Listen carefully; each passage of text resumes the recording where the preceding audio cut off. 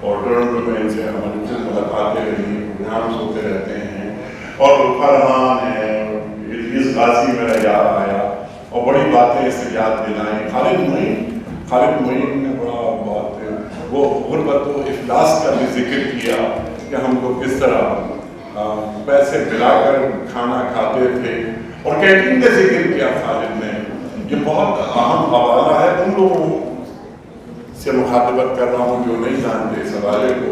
پرانے لوگ جانتے ہیں سب کے. ریڈیو کی کینٹین ہوتی تھی تو اس کینٹین کا کانٹریکٹر ایک لڑکا، اس کا نام تھا اسلم. آپ لوگ سب پرانے لوگ جانتے ہیں. ہمیں چیک بہت کبھی بہت عرصے بعد ملتا تھا، لیکن بھوک روز لگتی تھی. تو اسلم ہمارے چہرے کا کرب پڑھ کر ہمیں ادھار کھانا کھلا دیتا تھا. ہم 30 روپے کا چیک کا بات کی کہ وہ چیک کی رقم سامنے رکھ کر ہم عہد کا اندازہ لگا سکتے ہیں. 10 روپے کا چیک کا 20 روپے کا ہوا.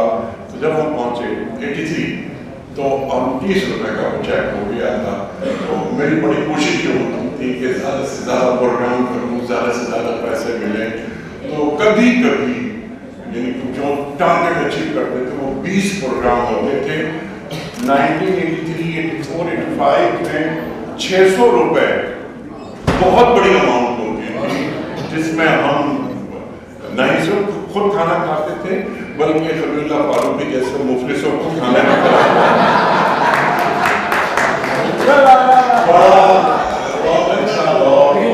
اچھے دوست. میں خوش نصیب ہوں، اور یہ بات میں رسمت نہیں کہہ رہا کہ مجھے زندگی میں بہترین دوست نصیب ہوں.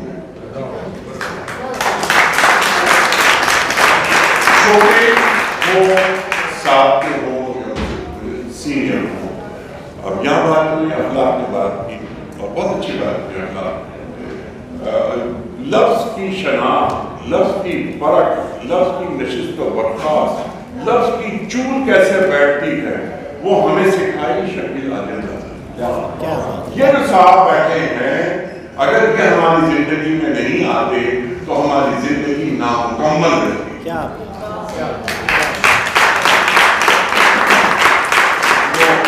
زندگی میں کچھ قرض ہوتے ہیں جو ادا کرنے ہوتے ہیں. آج موقع ملا، مجھے اس طرح کی تقریب سے شدید چڑ کہ آپ بیٹھے ہوں اور آپ کے بارے میں گفتگو ہو. مجھے کوئی 2 سال پہلے ستارہ امتیاز دیا گیا.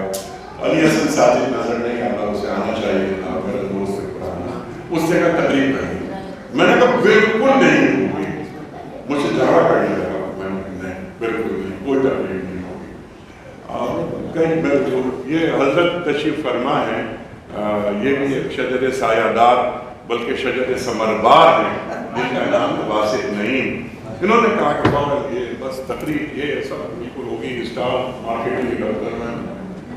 اچھا نہیں لگتا مجھے کہ بیٹھے ہوں، گفتگو ہو رہی ہو، قصیدے پڑھے جا رہے ہوں. مجھے میں جتنی تعریف کرنی ہوتی ہے میں اپنی خود کر لیتا ہوں. میں بس کرتا رہوں گا، آپ یہ نہ کریں. لیکن اب ایک سوال یہ ذہنوں میں اٹھتا ہے اور اٹھنا چاہیے، تو پھر یہ تقریب کیسے منعقد ہو گئی؟ یہ تقریب ہے بزم طلبائی.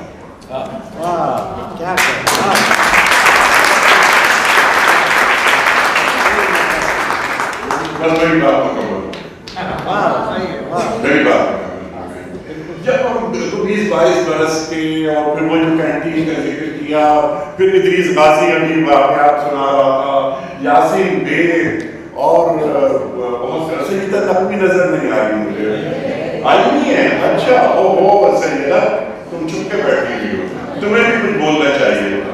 اب یہ میں پرانے لوگ ہیں کہ ہم بلکہ سیدہ اور ہم کراچی یونیورسٹی کے پوائنٹ سے نکلتے اور ریڈیو آتے ہم دونوں اور کچھ لوگ ہوتے تھے، اور ریڈیو پہ سیدھا فرمت جلیل صاحب کے کمرے میں وہ ہماری بحثیں ہو رہی ہیں اور ٹکا کے بحثیں ہو رہی ہیں. اس میں کبھی کبھی ہمارے